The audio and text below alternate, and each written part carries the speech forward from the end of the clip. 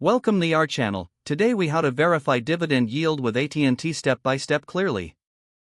To verify the dividend yield with AT&T, start by opening your preferred web browser. Navigate to a financial news website or a stock market information platform. In the search bar, type AT&T or the ticker symbol T. Once the page loads, look for a section displaying the company's stock information. Locate the current stock price of AT&T.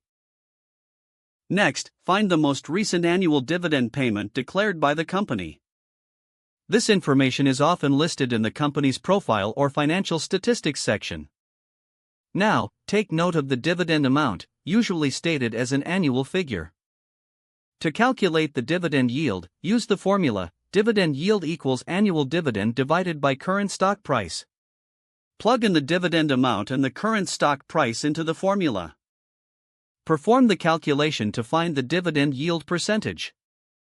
Typically, this figure is multiplied by 100 to express it as a percentage. Check if the calculated dividend yield aligns with current market reports. For additional verification, consider comparing it with other reputable financial sites. Look for historical trends in AT&T's dividend yield for a broader perspective.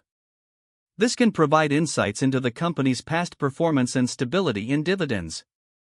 Summarize your findings to have a clear understanding of AT&T's current dividend yield.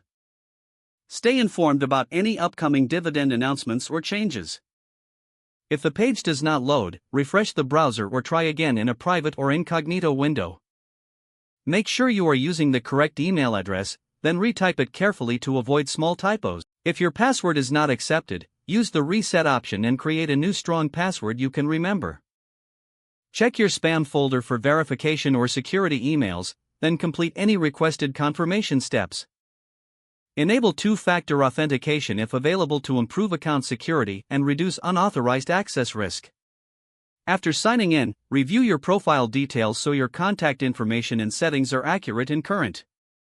If you see an error message, note it down and try again after restarting your device and internet connection.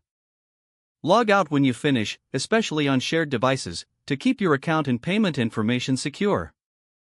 If the page does not load, refresh the browser or try again in a private or incognito window.